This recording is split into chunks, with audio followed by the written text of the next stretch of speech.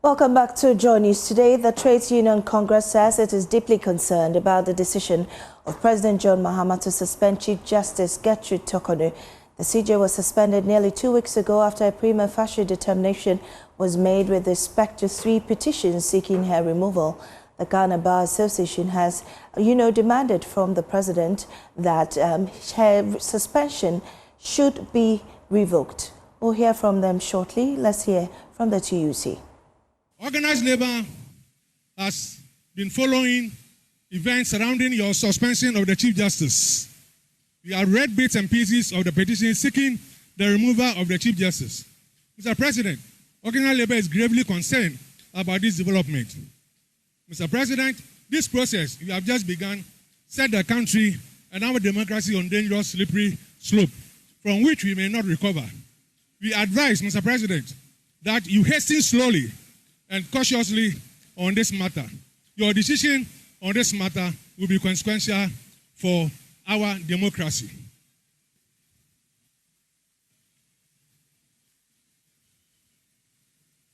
Mr. Chairman, the second issue has to do with galamsey. Mr. President, we in organized labor are surprised that 5 months into your reign, the galamsey menace is getting worse. The destruction of our environments, including our forests and water bodies, is increasing with rapidity. Mr. President, we expect you to provide leadership in stopping the menace of galamsey.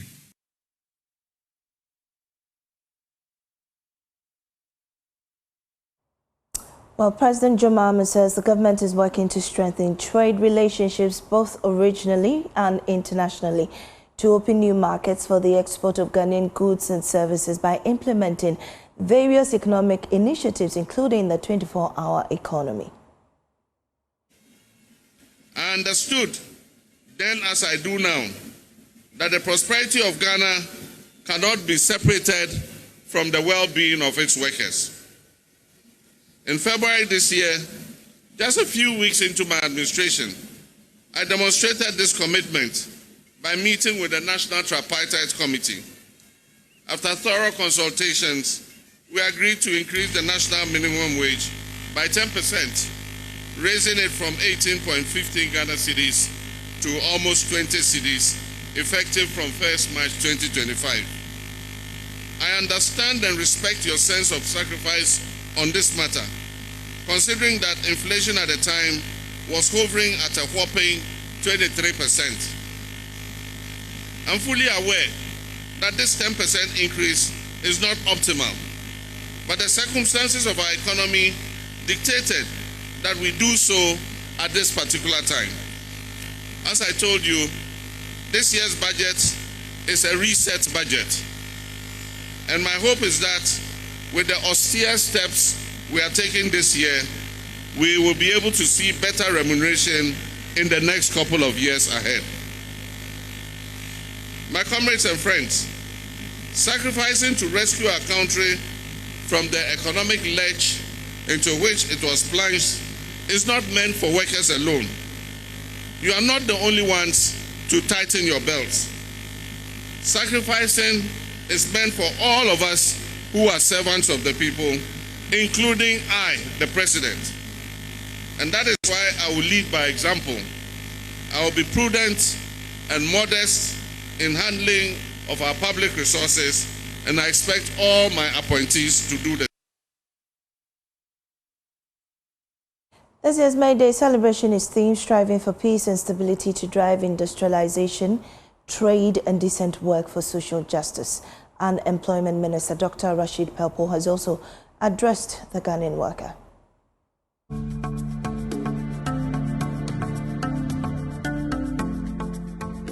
I bring you greetings on this very important day today, the Midday, which is Workers' Day. On this day, I extend my heartfelt appreciation to all Ghanaian workers whose dedication, resilience, and hard work continue to drive our nation forward. As we commemorate Labor Day, let us reflect on the progress we have made together and renew our collective commitment to decent work, fair wages, and safe working conditions for all.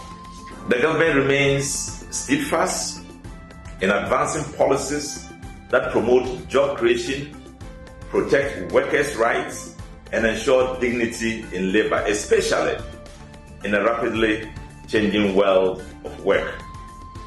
Happy Labor Day to every worker across Ghana. Your contribution is a backbone of our development.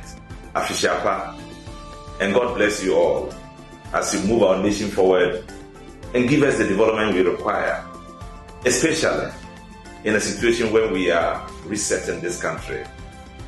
We wish you the best. Thank you. Well, Adobe Asari has been engaging traders at the Malamata market and some drivers at Agbogboshi lorry station. 1st May, a day set aside to honor the spirit of labor. But beyond the great speeches and official parades are women and men who wake up early, some at dawn every day to brave the sun and hustle. Today we are here at the Malamata market to hear their stories of how they keep showing up every day to keep their families fed and the economy moving. Come with me. My patrol saying. Mawina Pacho, how long na watong mokono? Oh, over 25 years. Wow, 25. Na tambe na ya story anopa. Anopa amediko jom. Anopa die be 4 o'clock, 4:30. Debia. Enye debia mostly me time Saturday at 3 o'clock. And amediko jom. Just say Saturday nso ya ha market day. And by 3 o'clock na ma sorry. Ti by 3:34 na me okro. Adenti na ya obeton moko wo krom ha. Adenti na me beton. Me toma me so manya bibi ka credit. Eno nti na me ton. Okay. Na edebia ba wa bread a e say wa bread, wo pese wo give it up. Nanso still order so ba. Ko yenti e den a me bre kura. Me ntumi hu me. Ase si akura ma bre, makoda kakra na masanya ni. Abase me. So that's Mawina Rice there. She's been selling pepper for about 25 years. She says that she does get tired sometimes. However, because she has to fend for herself and the family, she still has to show up. She was telling me right now that she went to take a nap and then she's back to sell it because she was just tired. So move on to the next trader.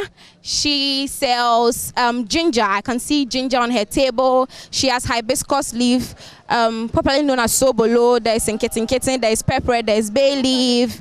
Oh, there's a fuller seller here too. But I would like to talk to the woman who sells the ginger. Ma, good afternoon. Your friend was saying? My friend is Priscilla. Oh, okay, Priscilla. Pacho, what on keke drobe? How many years? My tombe 5 years. Okay. Adinti na ya obakrom ha beton wade. Oh.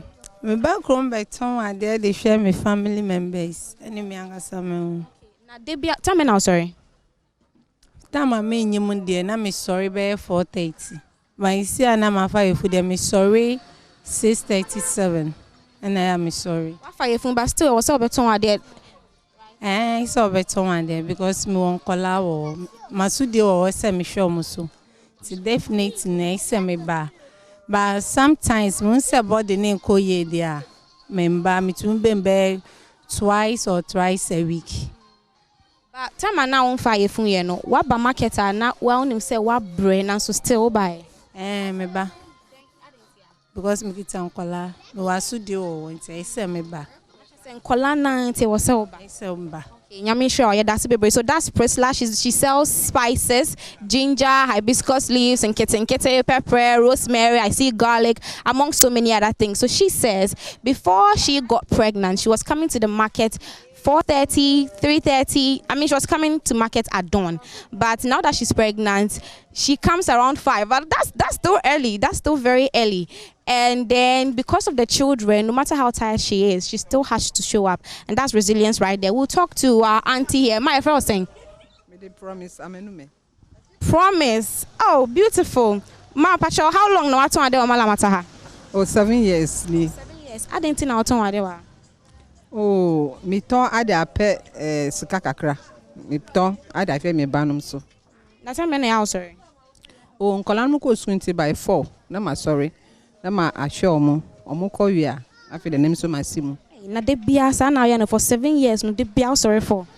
Oh, so mo ma kwan dia. Been sorry for. Mo ma kwan me timi relax. Don't be 5:30. Na ma sorry. Na wa ba market a wa yare nso buy. Oh, yare there say serious there me ba me ko hospital. Nanso etore bia ebrewa wo se bia me ti ye me ya nti me nu medru se para bia me pe ya ma nya bibie di me dia na mada kakra every day me sorry me say my okay a ma simu. Okay, so nim so na ye workers day. Uhu day ne sen den eye ma o. Oh, workers day there. Eye esese celebrate anka baby ye holiday say no esese me ne me ba no mo ye mpie kakra ye nkoji ya home na eji ye ni mankola no sunji ye ni na efuto ben so nim say young girls are eba ye nyina ye pese ye sika me so pese me sika o efuto ben na wo ma me ene other young girls are ye pese ye nyesika but ye nyasika pa oh fuso ametimi ada ma young girls ni say wa wo ye we djuma wo nye osika eye ene ensese enfa ye ni sutu be maso be ma de obetimi ama na sese so suje bibi ne so fa support afie enu de nye de bia na obema enti esese yentimi yiri hu emma de wo ye emma de sese wo yiri hu na wo so nye djuma na wo so ubua obusuafo se bibi hia wo fie a wo so betimi agina mu aye. Auntie Promise me that's a pass. So my highlights from what Promise just said is to be independent. She's not saying be totally anti-men. I have to say this. She's saying that you can get help from a man, your husband, your spouse, whoever it is. But as a woman, you need to also be self-reliant. You need to be doing something with 2 hands and not be overly dependent on the man. That way, it will help you grow and have your own money. Missy Watchman. Miss Sorba one mu. Hey, Miss Obia me Watchman ejuma. I don't think. O say. Think. It's 55. And how long na waton ade o malata ha? Oh, more than 25 years. It's in Colabrum. It's in Colabrum na waton ade o malata ha. E sen na ayama o. They say dey enko yi. So first na ye kakwa. First dey na ye. Na wa ba market a wo yare da na wa bre enso na wo se oba. Ma bre enso na ye se me ba. Because your course is going to see stress, I said that. So die in ye. And so we turn the another scan manera. Say, Lord, now I call you crass, say, Ubomodiana, we. Auntie, that's a part. Sure. Okay, so we have another grocery seller here. A very beautiful woman I spoke to earlier. Ma, Pachomaba, your first saying? I'm the ma Florence. Okay, Auntie Florence, Pacho, what on there or Malata for how long? Oh, since I woman, Anna, yet say, no, mammy, shed your dear sia. Me, mammy, whom be go no, and I'm so me farm. And so no, yes, I say, chepa.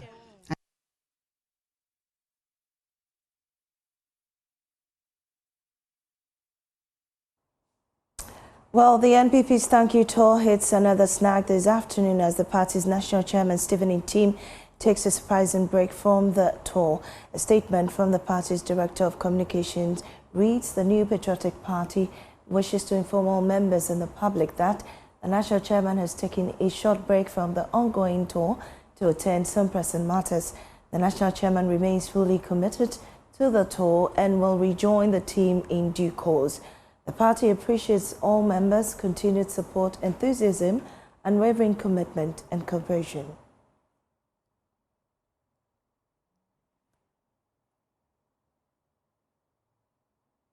And the NPP's communications director, Richard Ashaiman, joins me on the line with more on this. Richard, so how is the tour going without the national chairman? Thank you very much. The tour, as you are aware, is still ongoing, but the national chairman has to come to Accra to help our efforts in putting together a demonstration, which happening on the 5th of May, Monday coming up. So he's in Accra partly to support that effort. That's why he's returning to Accra. Well, there have been concerns about this particular tour, with some leading members of the party calling for its suspension, and some incidents, especially in the Ashanti region, where a supporter for Kennedy Japan was stabbed. So far, where are you currently? Has the reception been great since these incidents? Thank you very much. Yes, but let me, first of all, let me correct that impression. No supporter of Kennedy Japan was stabbed. The individual that was stabbed is a member of a JAMA group, a student group, that was brought in to provide an ambience or an atmosphere of excitement at the venue. So he's not a partisan person affiliated with any member or any person in the party. I want us to be clear on that. But the tour is ongoing. The concerns that have been raised are being worked on. And I think that as a party, we are open to such suggestions, only to say that most of them, we know people who are leading members of our party.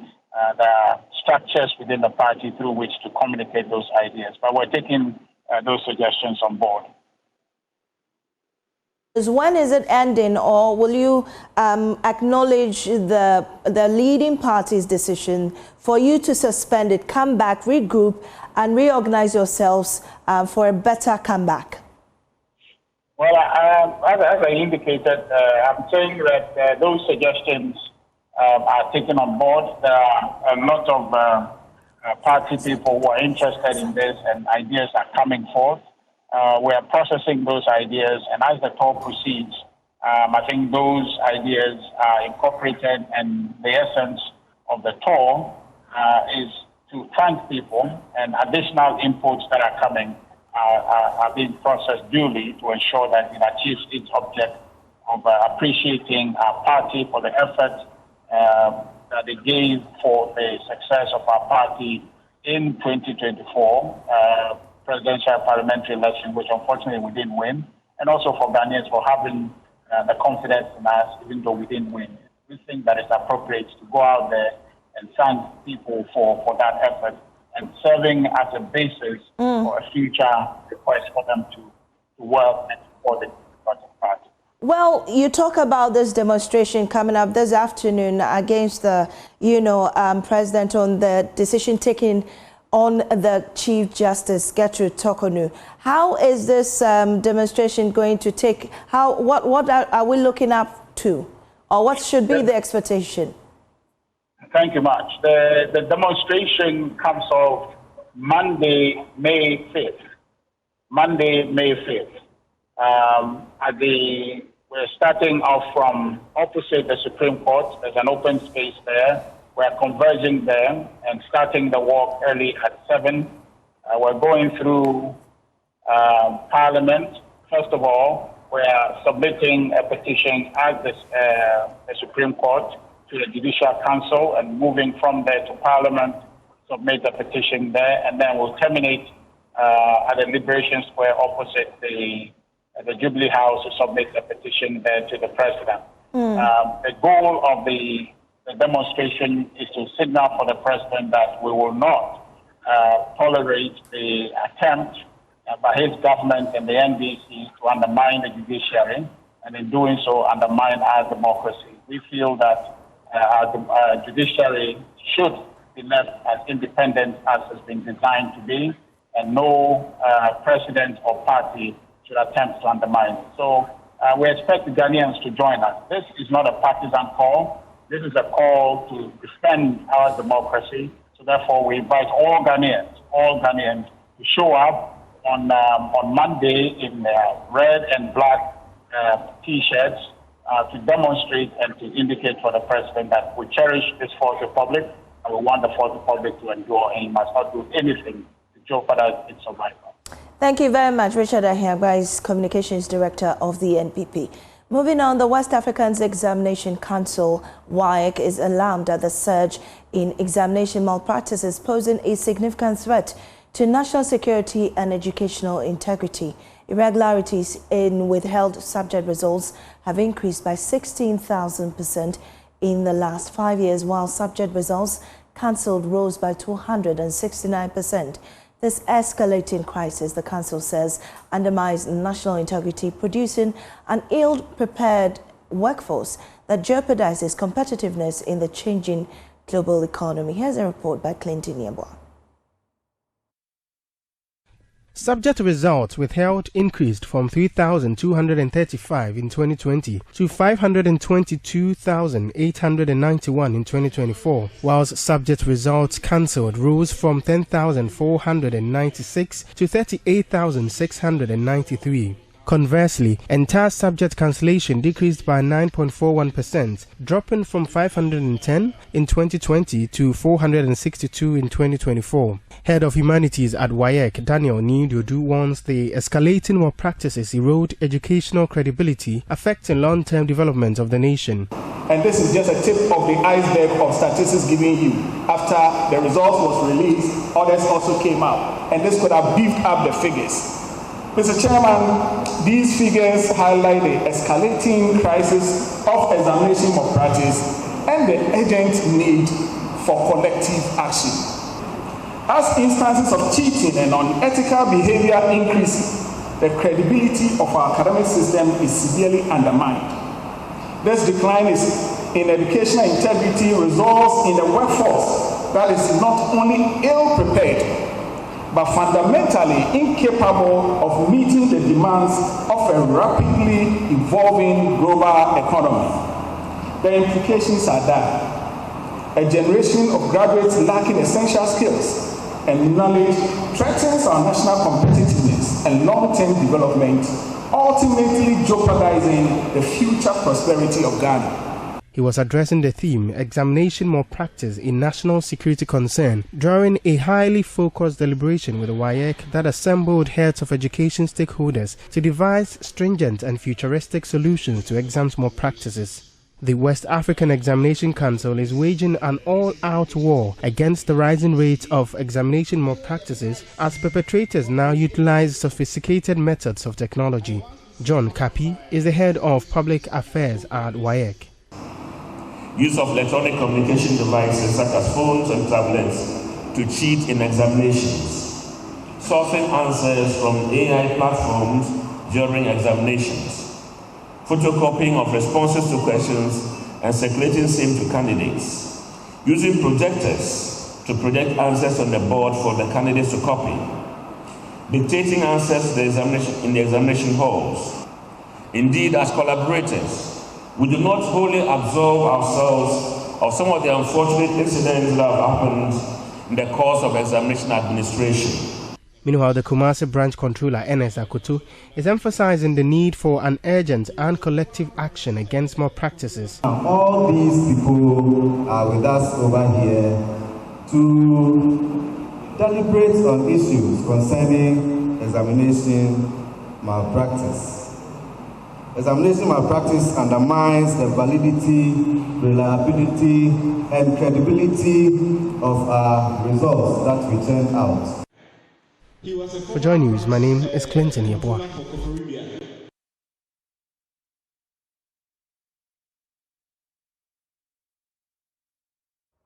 Well, joining us on this conversation is a member of the National Education Forum, Dr. Samuel Ewuku, who joins us via Zoom, and is an Upper West Regional Chairman of CHAS, Magnus Innocent.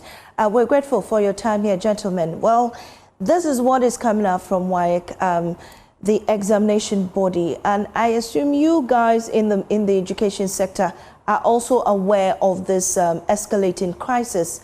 How do we resolve this? Let me start with Mr. Ewuku. Thank you very much, and good afternoon to yourselves and to your viewers. I think the issue raised are very, very important, and they are of national nature. So to resolve that, it's also for us to ask ourselves a few questions. For example, can we say that what we are seeing in our schools is a reflection of what we are seeing in our society, the level of corruption that we see in our society? Number two, what are the key factors? And from our engagement so far, we can bring this to three key factors. The first one has to do with some teachers who are seeing this from profit-making motive. They want to cash in and make money. Hence, they will do everything possible to engage in that kind of practice. The second one is the performance targets that's given to schools. Performance target need to be informed by data. But the kind of performance target that's given to schools these days is based on performance of a previous year group. But we know that no two children are the same and no 2 year groups are the same. So a school got 50% pass rate in 2021. Then you are told that 2022 you should get 70%, for example. When in reality, the groups are not the same. Right. The third factor that we see contributing to this is the student themselves demanding for more practice. And that has led to what we have seen in our school, that now the collusion, the examination rules, to be able to satisfy these three demands or factors is becoming a cancerous menace in our society that we need to resolve. I'll pick them one by one and see what's been done and what's going to be done we're going to do to be able to resolve them. The first one, which is the teacher factor. Well, Dr. Ewuku, I'll come to you on that. I want to hear from Magnus Innocent. You interact with the children and or the students, you know, you teach them. How does this come across to you, knowing very well that you're expected to teach them well so that they, you know, their output is also original or optimal? Should you be blamed for this?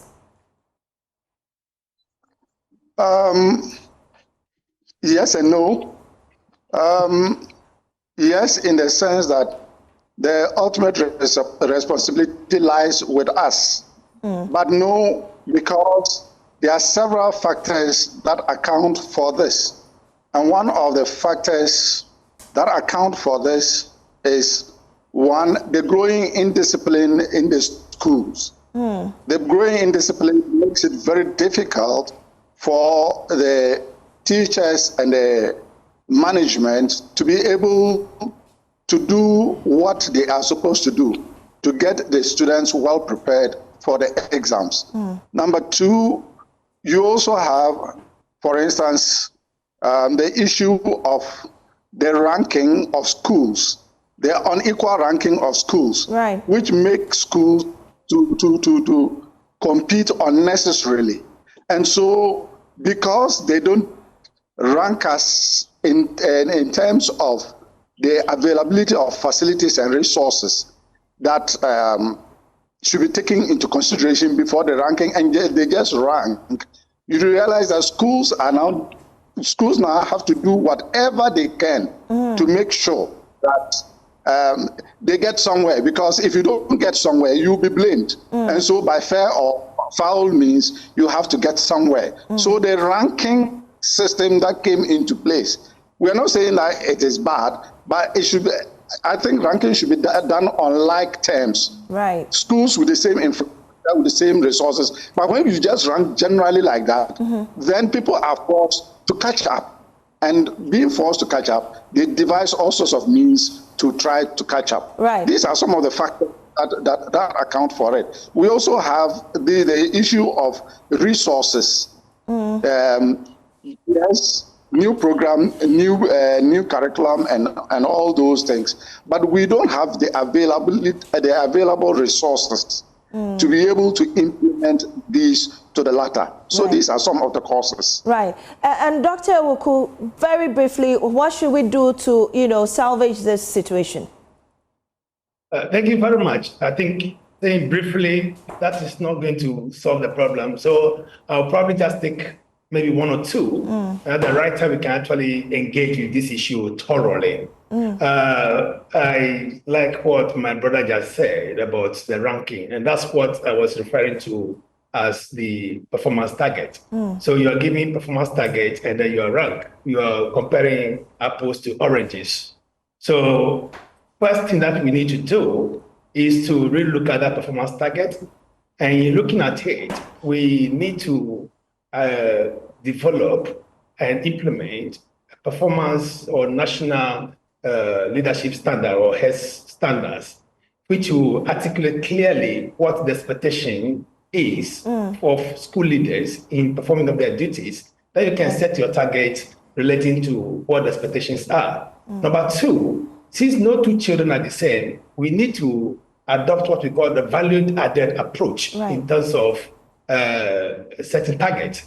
Now, if a child comes to senior high, for example, from senior high, with a grade B, what should be the expectation of that child when they finish senior high school? Right. If a child comes with a grade E, what should be the expectation of that child when they start finishing senior high school? If you can come up with a system that can actually look at the value added rather than looking at the grade they get at the end of the day, then we'll be comparing apples to apples or coconut to coconut. So that is one of the things that we need to look at. The current system of performance target is a recipe for malpractice because no head want to be singled out and blamed for non-performance of students. The third one I want to say has to do with values, the integrity of all of us as citizens of Ghana. Value, how do we see ourselves? Right. If you cheat your way through life, at the end of the day, and so what? What do we get out of it? Right. Right. Thank you so much, Doc, and thank you so much, Magnus. I think we'll have a lengthier conversation on this in subsequent bulletins. We're grateful for your time on News Today. Now, in today's Fire series, we head to the Ashaiman Municipal Main Market, where illegal electricity connections fueled by delays in ECG release of meters and severe overcrowding being blamed for repeated fires. Carlos Caloni reports. Built in the early 90s for a small group of traders, the Ashaiman Municipal Main Market has grown into a major commercial hub, but has seen little expansion, leading to severe overcrowding and frequent market fires. Today, even pathways are jammed with sellers spilling onto the street, making emergency response almost impossible. On September 9, 2023, nearly 100 traders lost goods and cash worth hundreds of thousands of cedis in a devastating dawn inferno that took hours for the Ghana National Fire Service to access and douse. Mabel Ayonu and Gladys Aji are just two of the victims. We were informed that our teams are burning here and they have invited the fire service, but before they will get here, a lot of goods have burned before they were in. Everything, our money, our goods, all other things have lost. I took goods on Saturday, and the same day that I bought the goods was the same that the fire outbreak caused. So I lost the goods money 7,000, whilst I left money here 3,000. Before I get here, everything. And to start again, it wasn't easy for me. My things all bent. Over 3 million, 3 billion, 3.5 billion. Plenty. Not be small money. Although the Municipal Assembly has rebuilt the sheds, little has changed. Taiba Abdullahi says traders are still waiting for answers from authorities. The government, the fire service, they didn't tell us what caused the fire. We didn't hear from them. The September 9 inferno was not the first. Market management member Celestina Haji blames the recurring fires on illegal connections and overcrowding. The major causes are illegal connections. And illegal connection in the market. Because if we are apply for meter, they will not give you, and we need the light. So we have to go for the illegal. You get about 6 or 7 illegal connections. 10. We have the access, but the women block it. They have shades. The women at the roadside, they all have shades in the market, but they went outside. We call for the assembly to come and sack them. If they sack them, they will get there, they will go there and go and pay money. They will leave them, they will come again. It affects us a lot because if we have disaster in the market, if the fire service are coming, they will not get road. Celestina Haji, however, urged ECG to speed up meter access to curb illegal connections and calls on the Municipal Assembly to redesign the market to ease overcrowding. They should give us meter if we apply. They should give us and fast. The Assembly should take action. The newly nominated Municipal Chief Executive for Ashaiman, Freeman Chekbo, has, however, assured the market women of his firm commitment to modernizing the market. His Excellency has promised the people of Ashaiman to uplift the market, a modern market. I will work to realize that vision for His Excellency. Well, until these measures, including reconstruction of the market, access to ECG meters on time, are addressed, traders here in the market will remain at the mercy of fire disasters. My name is Carlos Caloni for JoyNews.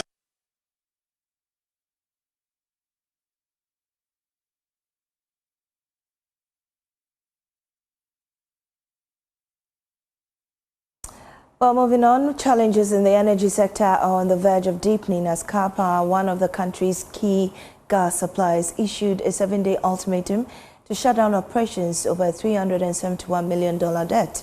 The threat comes amid a broader financial strain on the energy sector, which is currently burdened with over 80 billion cedis debt.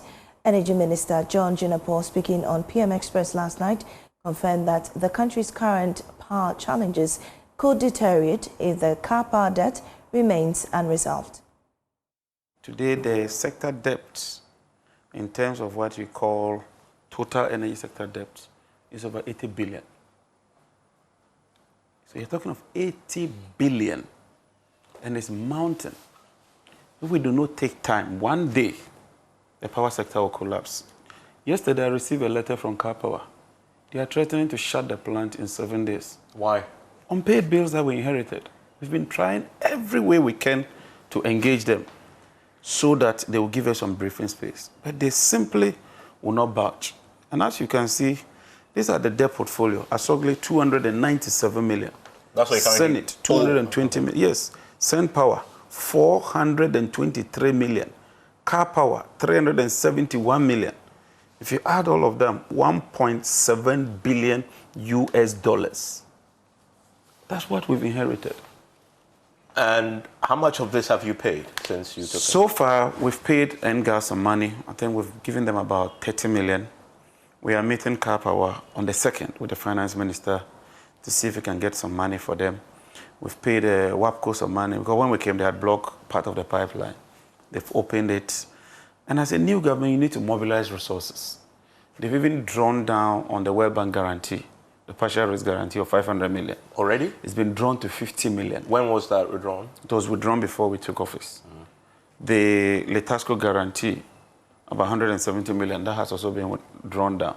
So now our oil that would have sold to generate revenue to grow the economy, they've had to take that oil in order to repay. Was that part of the agreement we signed with them that if you are not to pay, they can rely on the oil? Yes. Oil revenue. That is it. How are they accessing it? I mean, how does it work exactly? They take the oil, they sell it. Oh, so they use the money. The oil we are entitled to. They lift it. They lift it. They lift sell. it and sell. And then they would knock off what? Yes.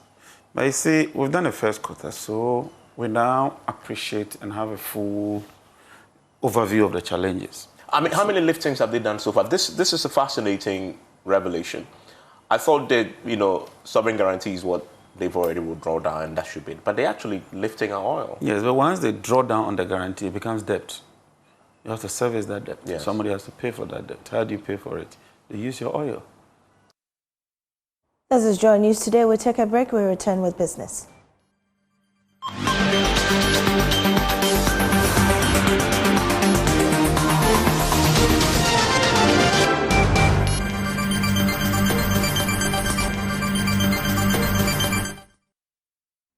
Welcome back to Business here on JoyNews Today. My name is Winston Taki, and now to our first business story. A former chairman of Parliament Finance Committee, Dr. Mark Asibe-Yeboah, has backed government decision not to kickstart talks to extend the IMF program. However, some economists have pushed for an extension. By speaking to Joy Business in Washington, D.C., USA, Dr. Asibe said these calls are premature. So once you're in the program, you have to stay committed to achieving those targets and benchmarks. I think from the last review, thus far, we are doing fine. And so I expect that government will continue to adhere to program targets, and then hopefully we can exit at the right time. Some have said that there are still some structural reforms that need to be undertaken, and also looking at the fact that we may need some extra funding from the IMF. Therefore, the prudent thing to do right now, looking at the Trump type and all those things, is to push for at least a year extension. What do you make of his stance so far than that? No extension now. Let's focus on finishing this program.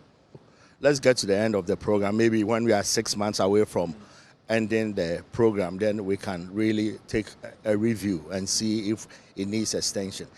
Once you are committed to the targets and you are doing well, you can have technical cooperation agreements with the fund, not a financing program, and then where they support the Bank of Ghana, the Ghana Revenue Authority, and other government agencies. So that could be agreed to, not a financing program, but a technical program where technical support is received from the fund. So with 6 months left, then we can revisit this conversation. The city is a perfect example about what the fund program is doing for the economy.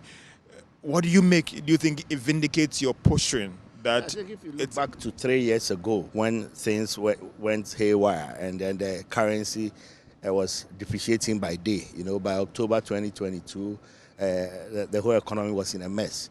So thank God the former president took the decision for the finance minister to engage with the fund, and then we entered the program, and the benefits are there for everybody to see. I've always said that being a fund program, it's not fatal. You can just continue with them through other technical agreements, and then they bring discipline. They bring discipline, and they rein in the spending. The macros are good. So I think the verdict is, the jury is out. So let's see how we end, because sometimes we go off targets, and a few years down the line, we are back in another fund program. Moving on, the Petroleum Hub Development Corporation has announced it is working closely with other agencies in the energy sector to streamline the registration process from 300 days to 30 for energy sector players seeking to operate in Ghana.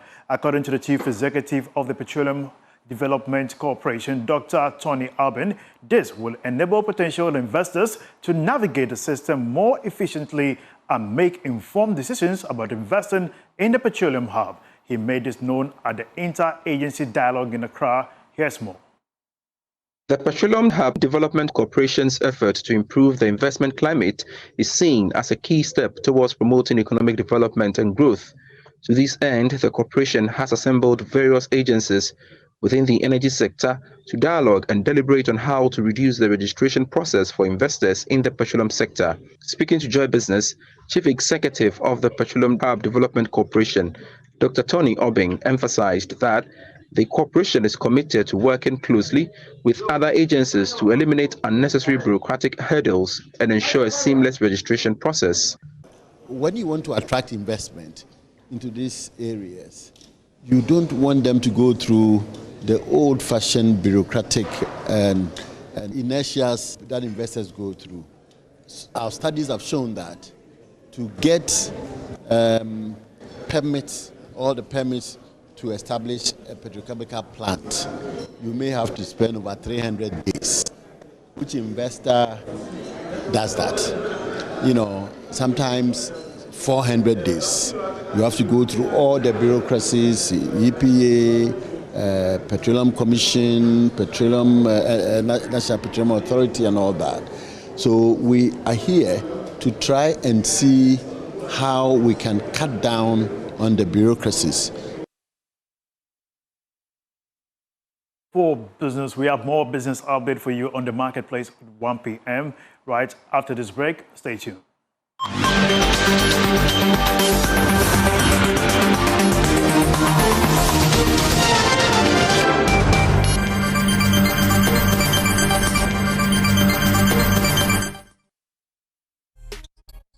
Afternoon, welcome to the Showbiz segment with me, Jacqueline and Suma Yabua. To our story for today, when Ghana and Nigeria team up, it's not just magic, it's music. Well, from Jollof Wars to Jam Pack Collapse, these two West African powerhouses have been cooking up hits for decades. And for this Throwback Thursday, we are throwing it all the way back to some of Ghana and Niger musical moments that had the whole continent grooving. We have more in the following report.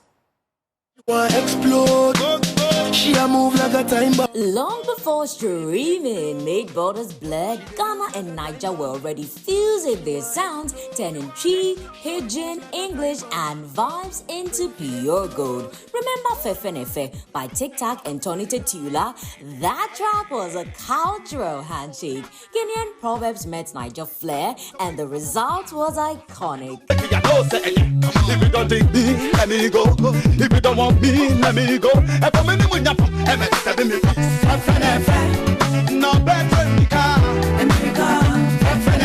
Then came My Love by VIP and Tubaba, an anthem that melted hearts from Accra to Abuja. No translation needed, just good vibes. Won't go away. I promise to love you every day. Fast forward to Slow Down by R2Bs and Wizkid. That 2013 banger had us all in our feelings. Proof that when hip life meets Afrobeats, magic happens. Sexy girl from Ghana, she too fine, one of a kind, I call her sexy nana. And who could forget Kiss Your Hand with Bondi Cole? Now they make us happy. Just allow me to kiss your hand, be your man. Mr. Easy also got in on the action with Hold Up, remixing his way into our playlist with Ghana's Joey B and Niger's Dami Crane. Instead you all they revolve around your fine face. Hold up, hold up. Oh, and no kissing, baby. Pato Ranking and Sarkodie gave us a no-skip track that blended dancehall and rap like Wache and Shito. Perfect together. Baby girl, let's relate to what she sings. No kissing, baby. And just when we thought it couldn't get any hotter, Davido, Shatawale, and Dami Crane dropped Betiti. That track, Pure Fire, a triple threat of energy and street vibes. And more recently, Kwesi, Arthur, and Joe Boy said Bajo, and we said play it again. That chill anthem was the perfect crossover for slow sunsets and good vibes.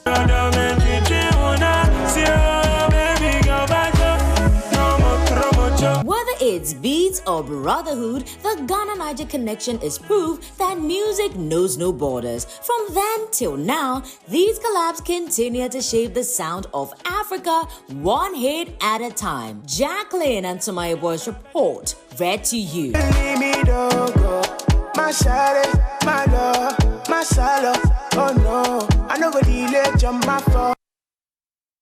Thursday note is a wrap for the Showbiz segment with me, Jacqueline and Suma Yabua. Over to you, Mami Esi. And Jacqueline, you know today is a holiday, right? Yeah, it is. And so we also deserve to have a throw down, don't you think? Definitely. We're going to the beach today after the yeah, we should. I mean, we need our rest for ourselves. Interesting that we are matching. We're just matching colors today. Well, that's it for this afternoon's bulletin. I am Amesi Nyamiche Thompson. With me is Jackie and Suma Yabua. Have a good afternoon.